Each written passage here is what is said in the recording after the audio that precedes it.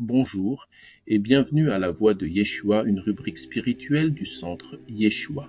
Le thème de notre rubrique de ce jour est l'immortalité spirituelle à travers la doctrine de Yeshua. Ce thème est extrait du Logion 1 de l'évangile de Thomas dans lequel il est écrit « Yeshua dit, celui qui découvrira le sens de ces paroles ne goûtera pas à la mort ». Ce Logion 1 de l'évangile de Thomas contient 3 éléments importants. Le premier élément est l'expression « découvrira le sens ». Cette expression signifie s'efforcer de comprendre la signification ou l'importance de quelque chose. Cela implique d'aller au-delà de la signification littérale, du sens le plus direct et évident de quelque chose, afin d'en saisir le véritable sens profond, le sens spirituel et caché. Le deuxième élément est le groupe nominal. Ces paroles, qui renvoient généralement à des expressions verbales véhiculant des idées et pouvant avoir un sens littéral, mais également un sens caché qui peut nécessiter une réflexion plus profonde pour être découvert. Dans le contexte du sacré et du spirituel, cette expression est synonyme de doctrine et d'enseignement. Le dernier élément est l'expression « ne goûtera pas à la mort », qui, compte tenu du fait que la mort physique est inévitable pour chaque humain, ne fait pas allusion à la mort physique, mais plutôt à la mort spirituelle considérée comme la séparation d'une personne de Yahweh, un état de rupture de communion avec lui. Cette expression a pour synonyme l'immortalité spirituelle ou la vie éternelle dans le royaume de Yahweh. Nous pouvons donc interpréter ce logion en ces termes. L'homme qui fera l'effort de trouver et de mettre en pratique les vérités divines et les secrets du royaume de Yahweh contenus dans la doctrine de Yeshua surmontera la mort spirituelle et aura la vie éternelle. Ainsi, la doctrine de Yeshua nous révèle donc des réalités spirituelles du royaume de Yahweh peu connues des humains dans le but qu'ils obtiennent l'immortalité spirituelle. La première vérité que Yeshua nous révèle est que tous les hommes vont retrouver une forme spirituelle après la mort physique. Ensuite, pour Yeshua, la mort physique n'est pas la fin de la vie d'un être humain.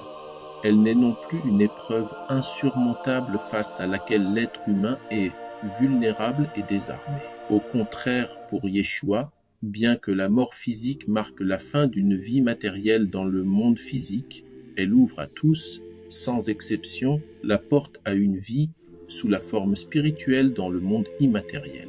Yeshua nous révèle aussi que, bien que tous les humains retrouvent une forme spirituelle après la mort physique, tous n'auront pas la vie éternelle dans le royaume de Yahweh, car il existe des préalables ou des conditions nécessaires que chaque humain doit observer pour avoir la vie éternelle. En effet, pour espérer vivre éternellement dans le royaume de Yahweh, chaque humain doit effectuer un travail intérieur avec pour objectif d'être juste aux yeux de Yahweh. À cet effet, Yeshua dit dans l'évangile de Matthieu, chapitre 5, verset 20, « Si votre justice ne surpasse celle des scribes et des pharisiens, vous n'entrerez point dans le royaume des cieux. Seuls les justes verront Yahweh. » Yeshua invite ainsi l'homme à vivre selon les lois et les préceptes de Yahweh et à agir avec justice envers les autres.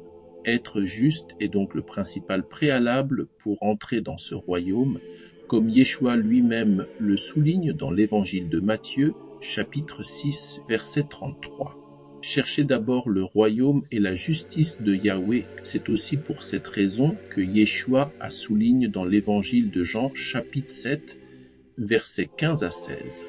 Ma doctrine n'est pas de moi, mais de Yahweh qui m'a envoyé pour montrer qu'il est venu enseigner aux hommes comment Yahweh aimerait qu'ils vivent afin de lui ressembler, de s'unir à lui et être digne de vivre éternellement dans son royaume. En résumé, pour entrer dans le royaume de Yahweh et avoir la vie éternelle, croire et proclamer régulièrement que Yeshua est Dieu, le Fils unique de Dieu, qu'il est Seigneur, qu'il est venu sur terre pour mourir pour nos péchés, qu'il a sauvé les hommes par sa mort et sa résurrection ne suffisent point. Pour avoir la vie éternelle, Yeshua nous donne ces quelques prescriptions. 1. Nous devons être justes aux yeux de Yahweh en vivant selon ses lois et préceptes et en agissant envers notre prochain, tel qu'il convient à Yahweh, comme Yeshua le dit dans l'évangile de Matthieu chapitre 5, verset 20. Seuls les justes verront Yahweh. 2. Notre foi en Yahweh doit s'accompagner d'une volonté de retourner à ses valeurs, de se soumettre entièrement à son autorité, comme Yeshua le dit dans Matthieu chapitre 22, verset 37. Tu aimeras Yahweh, ton Dieu, de tout ton cœur, de toute ton âme et de toute ta pensée. 3. Nous devons nous rapprocher de lui pour mieux le connaître, tel qu'écrit dans Jean 17, verset 3. Or, la vie éternelle, c'est qu'ils te connaissent, toi Yahweh, le seul vrai Dieu. 4. Nous devons lui obéir strictement, Luc 10, versets 25 à 28. 5. Nous devons aspirer à la sainteté et à la perfection dont il est le modèle, tel que Yeshua le recommande dans Matthieu 5, verset 48. Soyez donc parfaits comme votre Père céleste est parfait. Luc 6. Nous devons rechercher et maintenir la pureté du cœur, comme Yeshua l'enseigne dans Matthieu 5, verset 8, en ces termes. Heureux ceux qui ont le cœur pur, car ils verront Yahweh. L'enseignement de Yeshua ne saurait donc être une doctrine de la foi en sa personne, mais plutôt une voie pratique de transformation intérieure orientée essentiellement vers la quête de la droiture, de la justice, de la pureté et de la sainteté selon le modèle de Yahweh, tel que Yeshua lui-même le souligne dans Matthieu 7, verset 21. Tous ceux qui me disent « Seigneur, Seigneur » n'entreront pas dans le royaume des cieux, mais seul l'homme qui fait la volonté de Yahweh. Merci d'avoir écouté. À la prochaine rubrique,